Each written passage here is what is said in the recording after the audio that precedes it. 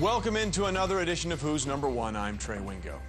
You know, when players start whining about the difficult setups on a U.S. Open golf course, generally they accuse the U.S. Golf Association of deliberately trying to embarrass them. To which the USGA haughtily replies, "Our intent is not to embarrass the best players, it is merely to identify them." In other words, shut up and play. Keeping that definition in mind, let's identify the 20 best men's U.S. Opens of all time. 2020. Who could forget Ed Fergal at Baltusrol? The great Ed Fergal. Who is Ed Fergal? That's what they were asking then, because 54, this was the coming of age to the U.S. Open, because it was the first one that was televised. Slammin' Sammy Snead was there along with Ben Hogan, but they were all chasing 37-year-old Ed Fergal, whose left elbow was bent and withered from a childhood accident. The thing about Ed Fergal is that he couldn't straighten his left arm. It's important to keep the left arm straight through the backswing, but you know, the important thing is making contact, and Ed Fergal made great contact that week. A gallery of almost 40,000 saw Fergal's 4-over par 284 edge out Gene Littler, who missed an 8-foot putt to tie on the final hole. Golf said, look at us, and here's their poster boy, Ed Fergal.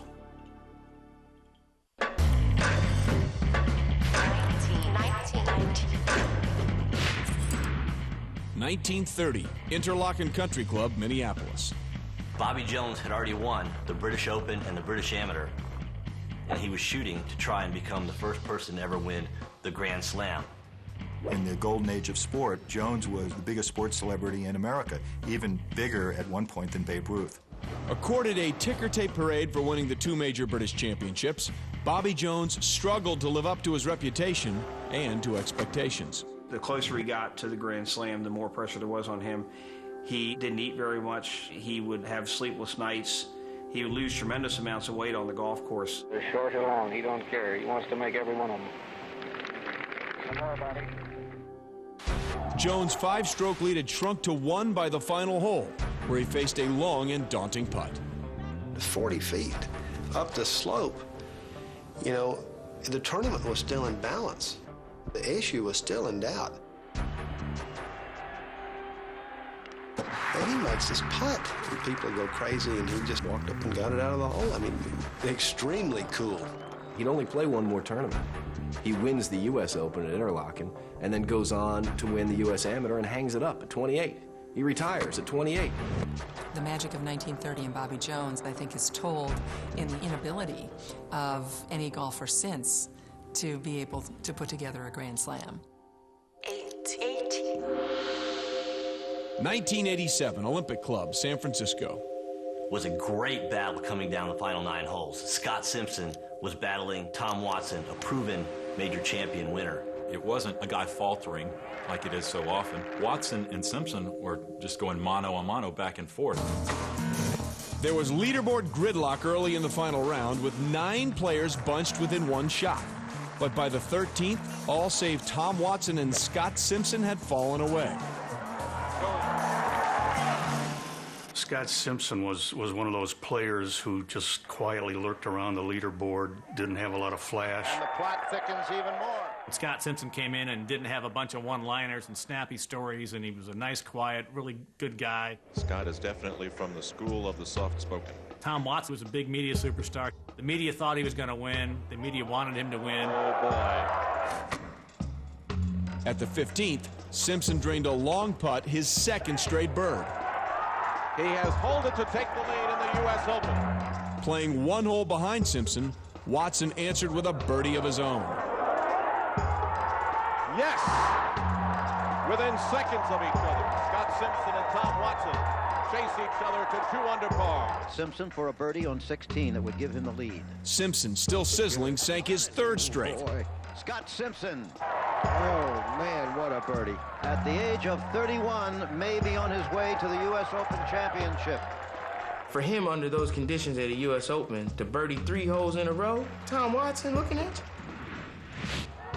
When Watson's long putt to tie missed on the 72nd hole, Simpson was the U.S. Open champ by a stroke with his 3 under par 277. Well, I made a lot of really good putts, and really thankful to the Lord just to be here.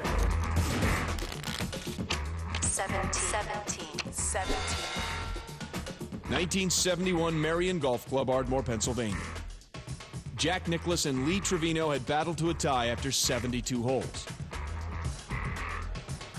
What a birdie! The colorful Trevino had a surprise for Jack the next day. They got to the first tee in the playoff day, and Lee reaches in his bag, gets this rubber snake out and says, "Hey, Jack," and flips it to him. I'm sure Jack's heart flipped about 3 times, but the crowd, got a great kick out of him. Of course, Lee did too. Trevino's practical joke might have had a carryover effect. Jack went for the green in 2, but he's in a bunker. Nicklaus hit into bunkers at 2 and 3 and quickly was 2 shots behind. I says, he may be choking worse than I am. Trevino never relinquished the lead en route to a 68. Nicklaus shot 71.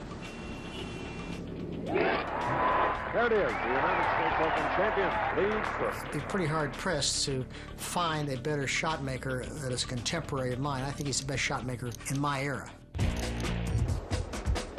16. Trying to watch the 86 Open was like trying to watch a 5-ring circus. It was chaos. Coming down the stretch of that major championship, there might have been a dozen guys that could have won that tournament. 1986, Shinnecock Hills, Southampton, New York. Two of the young Lions lead the way. Payne Stewart was in there, Chip Beck was in there, Randy Watkins played a great last round. Manny Watkins with a 65. Greg Norman. Everyone was just assuming at the time that this dude's gonna whoop up on everybody. Raymond Floyd was, already 43 years old and certainly wasn't considered a great factor for that event. During the final round, 9 players shared the lead. At the 11th hole, Raymond Floyd launched his charge. Lovely, slow, firm stroke. And all of a sudden, Raymond Floyd, who just kind of was plugging along, managed to hit some great shots right at the very end, hit a wonderful little 3rd shot to the 16th hole, the par 5. A little beauty. That's where mental strength and determination were so much in evidence. Raymond Floyd just simply outthought everybody else coming down the stretch, made the right shots, played to the right areas. While the young guns fell back, the steady Floyd parred 17 and 18, finishing with a 66 and a 2-shot win. He became the oldest U.S. champion to date. I guess patience and hard work and waiting, I guess it pays off.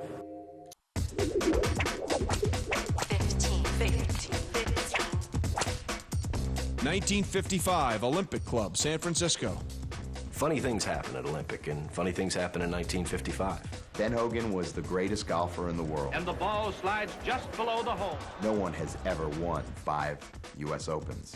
This would have been Hogan's 5th. Hogan has scored a 287, and it appears that he has clinched the Open Championship for the 5th time in a glorious career.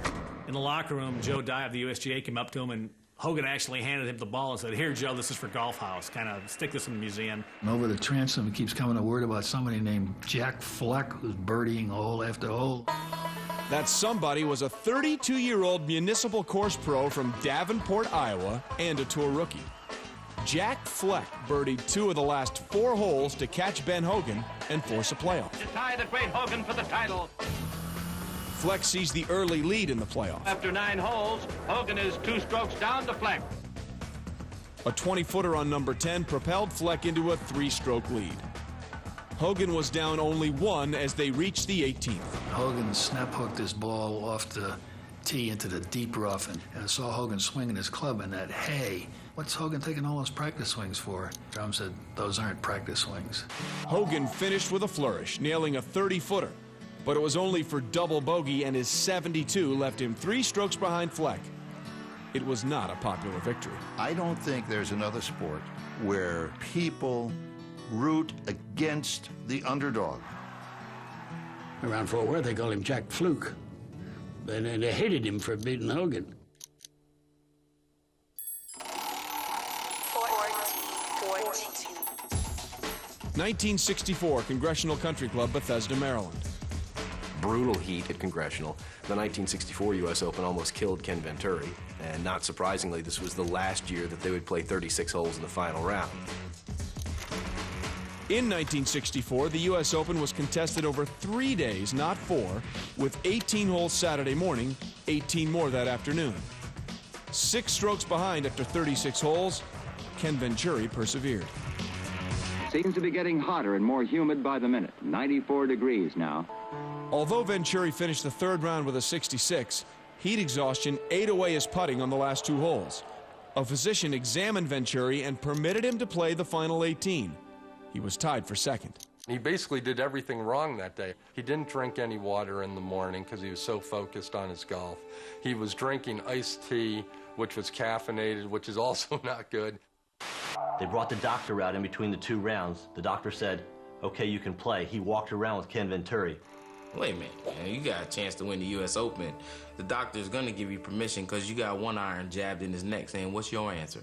Tommy Jacobs, the 54-hole leader, stumbled at the start. Now Jacobs has to settle for a big bogey 6. And on the 9th, Venturi, on tottering legs, surged to the front. Makes the birdie 4. He goes into the lead, 1 stroke ahead of Jacobs.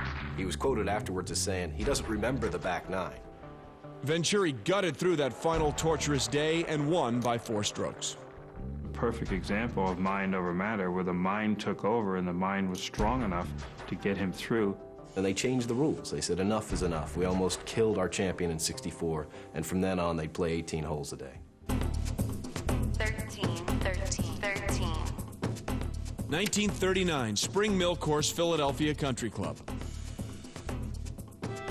Byron Nelson made up 5 strokes with a final round 68 and became the clubhouse leader. His fiercest rival, Sam Snead, stood on the 18th tee thinking he needed a birdie 4 to win, par 5 to tie. Sam was misinformed about what the scores were they were in. They did not have the communications on the course the way they do today, and Sam stood on the last tee thinking that he needed a birdie to win. Going for the bird, Sam made a mess out of the final hole, driving in the rough, going from bunker to bunker. Then he 3-putted for a snowman triple bogey 8 after only needing a par 5 to win. Probably the most tragic thing that ever happened to any player in any U.S. Open. Craig Wood and Denny Shute caught Nelson, creating a 3-way playoff. Nelson birdied 18 to tie Wood and eliminate Shute. And we got to go another 18 holes, another playoff. And in that second 18 holes, Byron Nelson said enough. Iron Byron eagled the par 4 4th with a 215-yard 1-iron. It catapulted him to a 70 and a 3-shot triumph. 12. Hale Irwin wasn't that popular of a golfer with the public over the years. He wore the wire rim glasses. He kind of looked like the geeky kid from the science club in your high school. By the 90s, he was wearing contacts. He was wearing some spiffier clothes. 1990, Medina Country Club, Medina, Illinois. 11 years after his second U.S. Open title, Hale Irwin had another in his grasp. Hale Irwin was tremendous with long irons. Medina required that. He had the opportunity and the ability to go ahead and play well, but he was aging. Not many people won in their mid-40s. And he makes this monster putt on 18 to all of a sudden have a chance at Medina to win the Open. He did a lap around the green and started high-fiving people in the crowd. He high-fived a marshal over by a tree. Twirling his arm in the air and the putter going, and he's blowing kisses. And instantly, the crowd loved him because he finally showed some emotion.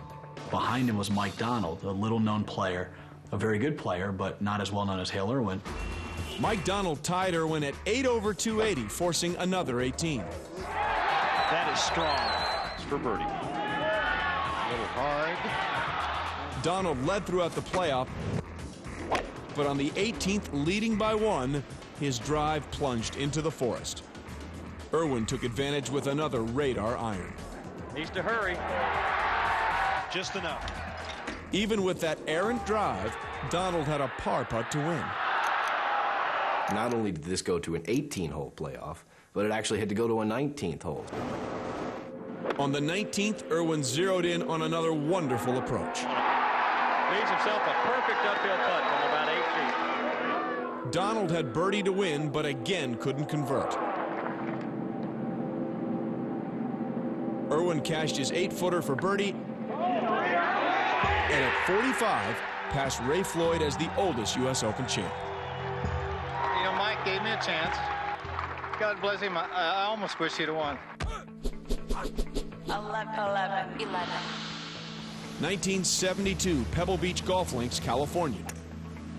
Typical U.S. Open conditions at Pebble. Windy, golf course very firm. Jack Nicklaus ground his way through the wind-lashed conditions, leading after every round. He held a 4-shot lead going into the final 9 holes. It's a birdie just when he needed it most. Nicklaus knew when to take a chance, knew when to play safe, and was in great position coming in the last 9 holes. But on number 10, Jack hit his drive over the cliffs and onto the beach. After another errant shot, he scuffled for a double bogey. Then came a rumble like thunder. Arnie Palmer was charging. A birdie for Arnold. Arnold Palmer was kind of his last shot at glory. He was on the leaderboard going to the last day. It was actually he and Jack duking it out. With Palmer on 14 and Nicklaus on 12, the tournament was in its decisive stage. If he misses this putt and Arnold holds, Palmer will lead the Open. It's in. Now, Palmer can tie. Oh, that was close. Palmer couldn't sustain. Nicklaus remained ahead. He's 3 strokes in the lead once more. And on 17 struck a shot for the ages. The 17th hole is real flat, and so there's a real problem, I think, with depth perception. When the wind's blowing and you have to hit a 1-iron. Lee Trevino used to say, if you get caught in a thunderstorm and thunder and lightning, hold up a 1-iron, because not even God can hit a 1-iron. Well, Jack Nicklaus could hit a 1-iron. That 1-iron that he hit on 17 was one of those shots where everyone who was watching it went, and the man who hit it went, Nicklaus had only inches for birdie, then cautiously 3-putted 18 for bogey 6 to win by 3 strokes. It was his 3rd of 4 U.S. Open titles.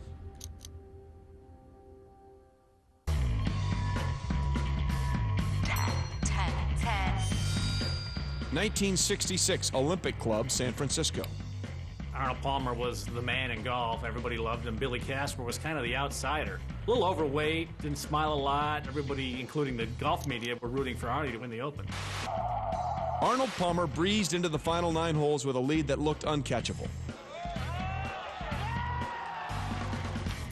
There's no way you catch Arnold Palmer if he has a 7-shot lead with 9 holes to go. Palmer thought he had the thing won, so he now had one thing in mind, and that was to try to set a new scoring record for the U.S. Open. Billy Casper said, Arnie, I just want to play for 2nd place, and Arnie said, I'll do what I can to help you. Needing only a 1/36 for the record, Palmer came undone. Casper fired a birdie barrage en route to a 32 on the back 9. Casper erased that 7-shot deficit in 8 holes. Palmer had to make a 3-footer just to get into a playoff. It was either one of the great comebacks, the great meltdowns, or maybe both in golf history. Palmer led early in the playoff, but Casper continued to wield a magic wand.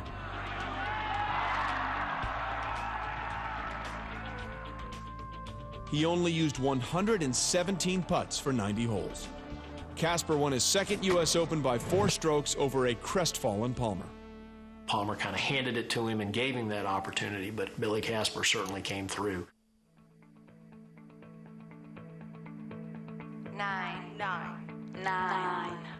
1973 Oakmont Country Club outside Pittsburgh. Anybody who follows golf knows Oakmont is one of the most severe tests of golf.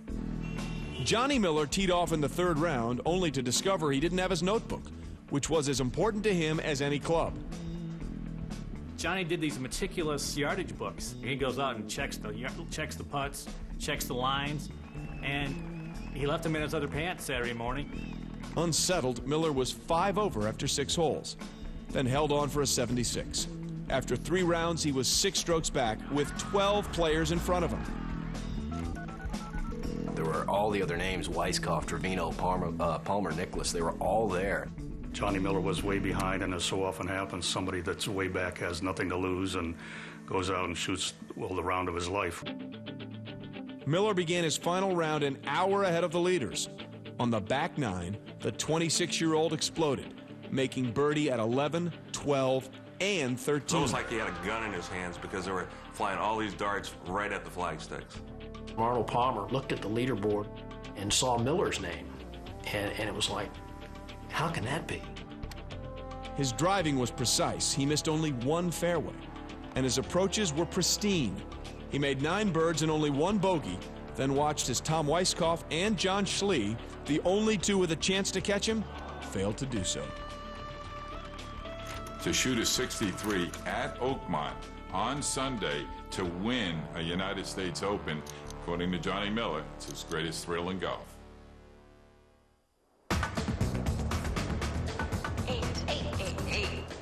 2000 Pebble Beach Golf Links, California. It really was a poignant passing of the torch. You've got Jack Nicklaus, who's declared this is the last U.S. Open, and then you've got Tiger putting on the performance that may never be equaled. Tiger Woods rushed to the front and steadily improved his position. He opened with a 65, and by Sunday was a disappearing dot on the horizon, up by 10.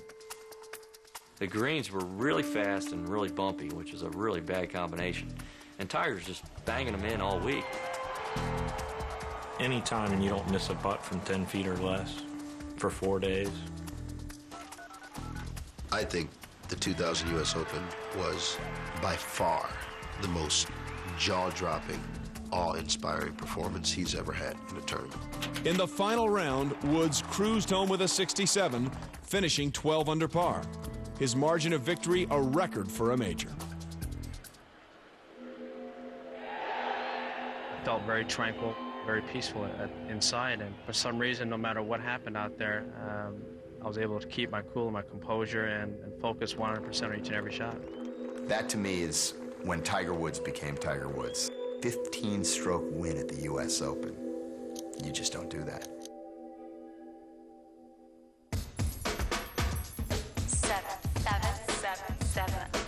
1984 Winged Foot Golf Club, Mamaroneck, New York.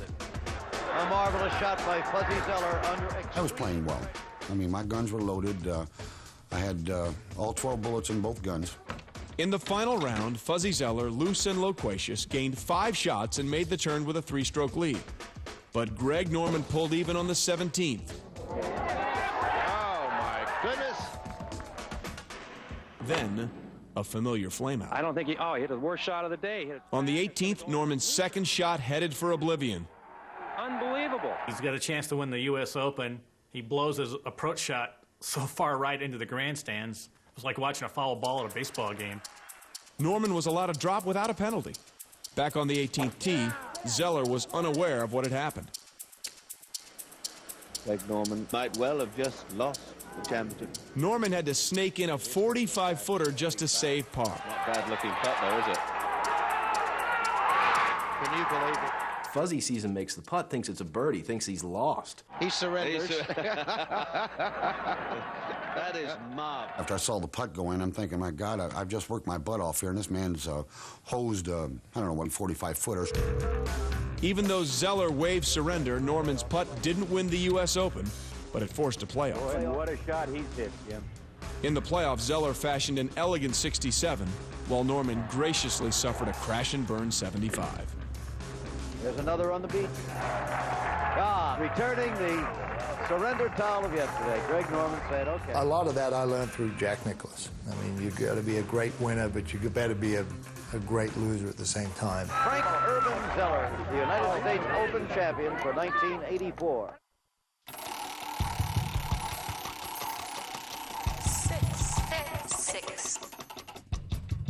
1999, Pinehurst No. 2, North Carolina.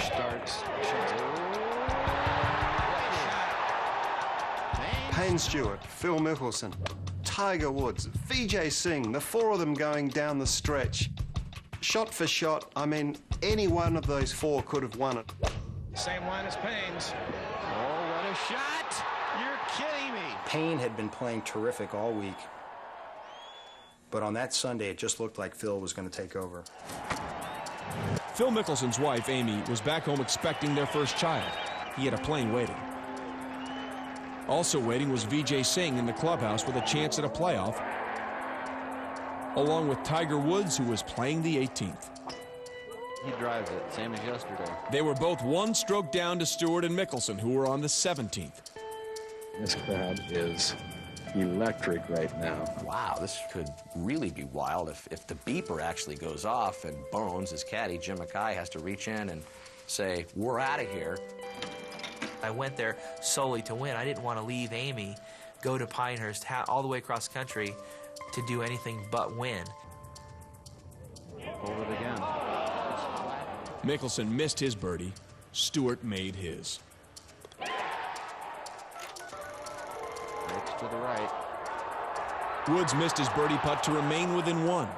Agonizing. Stewart hit an errant tee shot on the 18th and had to lay up.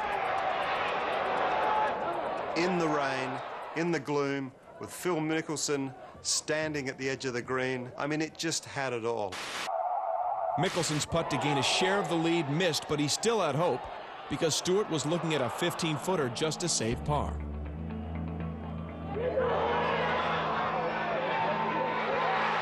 Payne Stewart is the 1999 U.S. Open champion.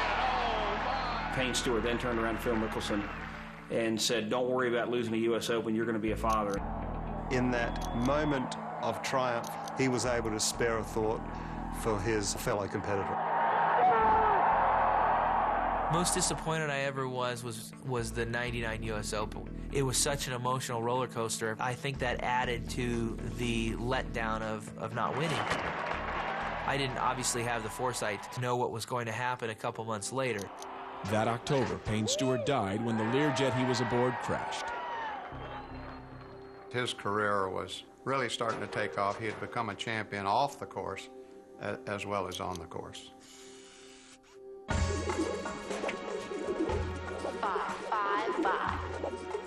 In 1960, 3 different eras came together.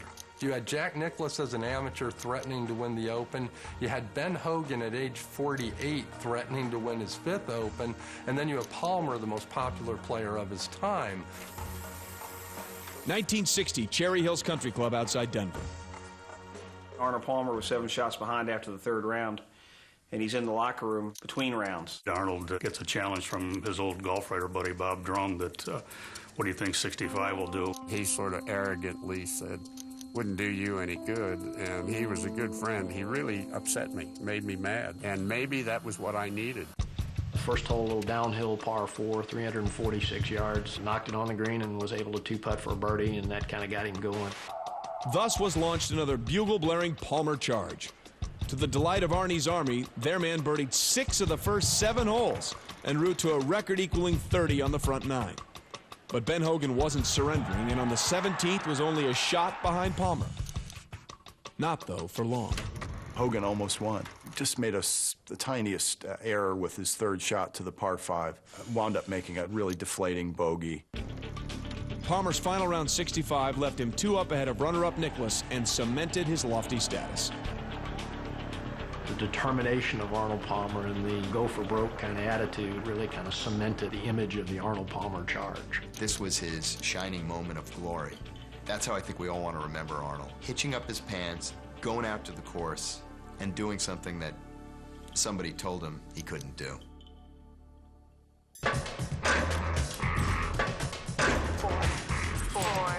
1913, the Country Club, Brookline, Massachusetts. 2 legends came over from Britain, Ted Ray and Harry Vardon. They were always expected to win. It was a two-horse race. Ted Ray and Harry Vardon were the gods of golf in Britain. I mean, golf in America was really not on the map. There weren't even that many courses. Nobody played. Francis, we met an ex-caddy from across the street from the Country Club, 20 years old, beats the 2 best British players at the time in the playoff in the U.S. Open. With a 10-year-old caddying for him, Francis Ouimet became the first amateur to win the U.S. Open, shooting a 72 in the playoff to Harry Vardon's 77 and Ted Ray's 78. Francis Ouimet opened the floodgates for golf's popularity here in the United States. It put golf on the front pages for the first time. Probably the most romantic story in American golf history.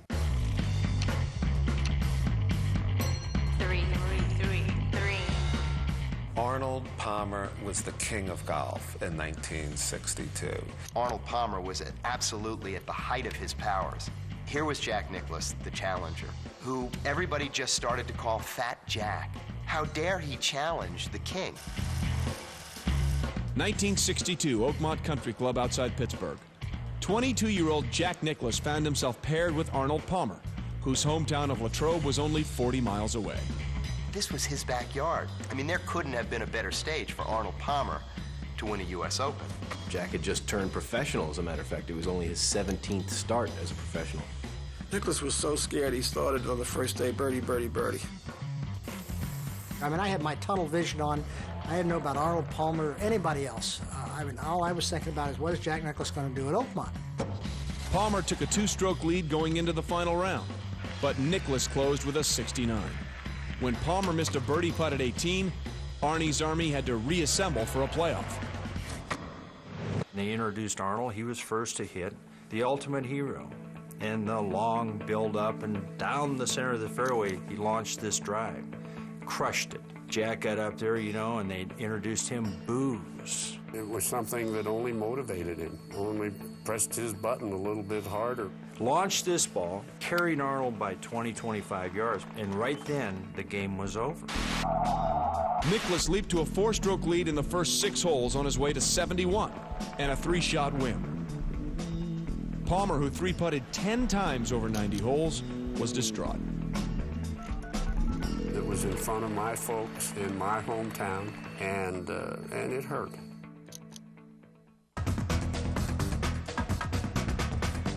Two. 1950, Marion Golf Club, Ardmore, Pennsylvania. Ben Hogan was in pursuit of another U.S. Open title just 16 months after his legs were shattered when a bus hit his car in a head-on collision. That was a triumph in itself. Nobody really thought that he would be able, for his comeback at the Open, to be able to walk the 72 holes. His legs at Marion were wrapped. He was in enormous pain. Somehow, Bantam Ben managed to walk 36 holes the final day, lost the lead, regained a share of it on the 72nd hole, and created a 3-way playoff with George Fazio and Lloyd Mangrum. He still had to soak his legs because, you know, naturally he would get swelling. I did not think he'd be able to play. Hogan's 1 under 69 beat Mangrum by 4, Fazio by 6, and was his second U.S. Open, with 2 more to follow. You run over by a bus on your way home from Phoenix in your Cadillac, and a year later you're winning the U.S. Open. That was probably one of the greatest comebacks in the 20th century, because this man was given up for dead.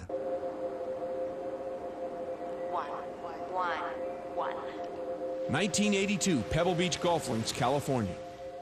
What you have to have is not only dramatic golf, but compelling characters. And certainly at that time, there were very few more compelling characters than Watson and Nicklaus. Jack Nicklaus was gunning for a record 5th U.S. Open, while Tom Watson was in pursuit of his first, as well as his just due. Even though Watson had won Masters and he had won British Opens, there was a sense that until he got the U.S. Open on his resume, that it wasn't complete. The day really was a day of my putter. When you have that feeling with your putter, you feel, you know, it takes the pressure off the rest of your game. Knocked it 2 feet back. Look at here. Nicklaus 2 years earlier had won an Open and a PGA, had somewhat reestablished himself. Another fine shot. You never know with Jack. In the last round there, he had 5 birdies on that front 9. He's right smack in it. Nicklaus closed with a 69. And when Watson bogeyed the 16th, the two were tied for the lead. Then at the par 3 17th, Watson's tee ball landed in jail. The whole tournament was coming down to the last couple of holes, and he hit it in a spot that is very, very difficult to recover from. Ball was sitting in the deep grass, but at least I could get the club head underneath it. Didn't take long to judge the shot. I knew it broke right. I take the sandwich out of the bag. Bruce says, get it close. I say, get it close, hell, I'm going to sink it. That was such a hard shot because he's coming out of the rough and a very slick green going downhill away from him. For frosting, there was this birdie putt at the 18th. Do you believe it? Do you believe What can you say?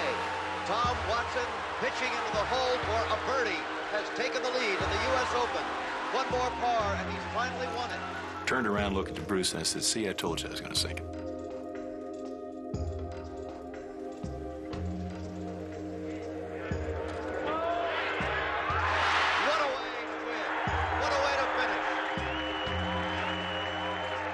it by 2 from the greatest golfer of them all, Jack Nicklaus. The chip in on 17 because of the venue, Pebble Beach. People involved, Nicklaus and Watson, the tournament, the U.S. Open, has to go down as possibly the greatest shot in the history of golf. Watson gave up that year on trying to be perfect and instead concentrated on being clutch. His first U.S. Open. Happy Father's Day, Tom Watson.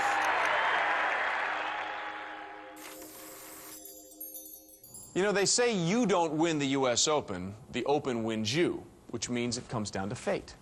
And just to throw fate to the wind, we hand our list over to our second guessers, those specialists in shanks, slices, the Junkies. 4 sports-loving radio talk show hosts from D.C. and Baltimore who have never met a 3-jack they didn't like. All right, we've got the list here of the best U.S. Opens, and I love this list because I think it stinks. Right. At number 8, you've got Tiger Woods in 2000 when he won by 15 strokes. How can that not be number 1? The most dominating performance. I'll tell you why. In U.S. Open history. history. How about the field? Yeah, how about no drama? To me, something that's up at the top should be something that's close. It shouldn't be on the list at all. How about he had a defining 4 rounds? Nobody has ever been that dominant in a major. But in U.S. Opens, I mean, USGA tries to make the course so difficult. You just don't do that. He laughed at it. And especially at Pebble Beach. I mean, you just... Who finished in second place? Don't know. Who finished in third? Who knows? That's my point. That's why it shouldn't be on the list. Because he won by 15. That's why you don't remember who finished in the Number point one on is the he list. dominated the best players in the world. Number 1 on the list, I think, is perfect. It's Tom Watson in 1982. Who finished in second? How about Jack Nicklaus? Pretty good leaderboard. Defining shot. How about one of the greatest golf shots ever on number 17? All right, how about last year? Michael Campbell from New Zealand wins the 2005 U.S. Open at Pinehurst, and he was being chased down by monsters. Tiger, VJ, Goosen, guys who've won these tournaments before. You know why it's not on the list? Because I have a better Q rating than Michael Campbell. Nobody knows who that guy is. Don't you root for the underdog? I think that's a great story. But I think it is big because of the field, which brings me to number 6 on this list, Payne Stewart winning it in 1999. He had Phil Mickelson right behind him. Everybody was just waiting. Phil Mickelson, the greatest player not to win a major. Plus Tiger and VJ. Payne Stewart, the only guy to finish under par in that tournament. But I think even bigger than that is when he actually won it, and then you remember him embracing Phil Mickelson. But says, look, you're going to be a dad. It's way more important than winning the U.S. Open. Tragically, Payne Stewart killed a few months later in the plane crash. So that's what I remember from that U.S. Open. You know, number 3, before our time, 1962, Jack Nicklaus wins it. This was his first win. This was his defining moment. He was 22 years old, also beat one of the greatest players of all time in Arnold Palmer in a playoff. Right, the beginning of the 18 majors.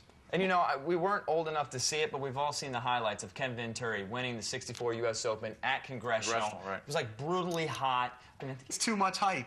It's golf. He's walking. Okay, it was hot.